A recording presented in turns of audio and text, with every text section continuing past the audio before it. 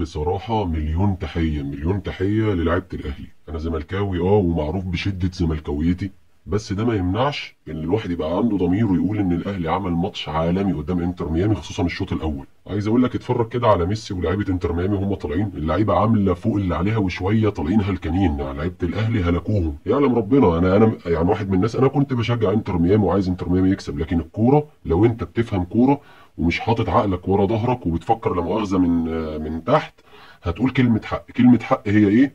ان الاهلي كان كويس النهارده. ده والله مش مدح الهدف ما او عشان حاجه، ده مجرد واحد بيتفرج على كوره، ماتش كوره بين فرقتين، ولنفترض ان انا مش بنتمي لاي واحد فيهم، بس الكوره تحكم في الملعب. لا، الكوره في الملعب في فريق احرج فريق عالمي، او فريق عنده لعيب عالمي في الشوط الاولاني. كور في العارضه، او كور قصدي انفرادات وضربات جزاء وضربه جزاء ومش عارف ايه.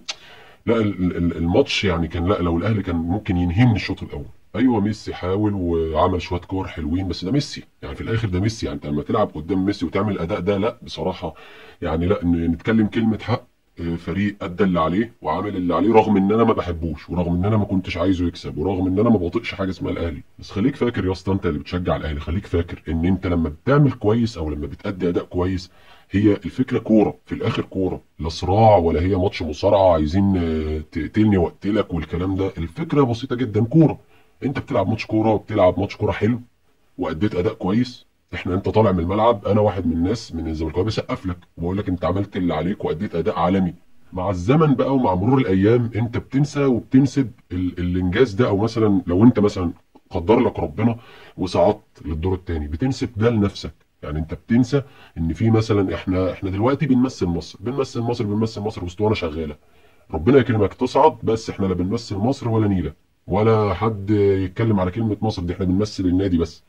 احنا النادي الاهلي ومبادئ النادي الاهلي وانجازات النادي الاهلي، وبتنسى مصر. اللي انا عايز اقوله لك ان دلوقتي اهو في مشجع زملكاوي بسيط قاعد بيتفرج، شاف الماتش عجبه الاداء بتاعك، طلع بيثني عليك وبيشيد بادائك وبيقول لك ان انت ما شاء الله دفاعيا كنت كويس، ما عدا الشوط الثاني في الاواخر كمان بالتحديد.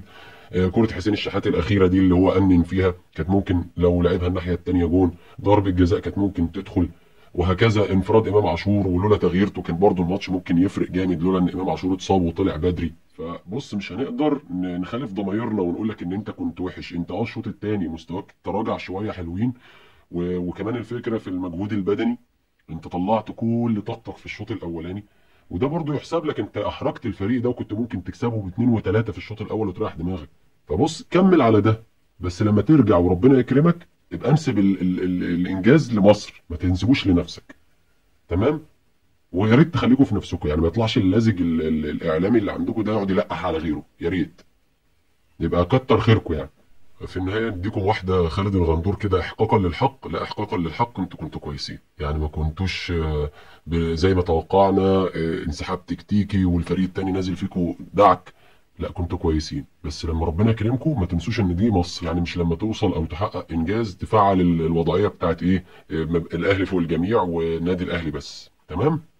يلا سلام.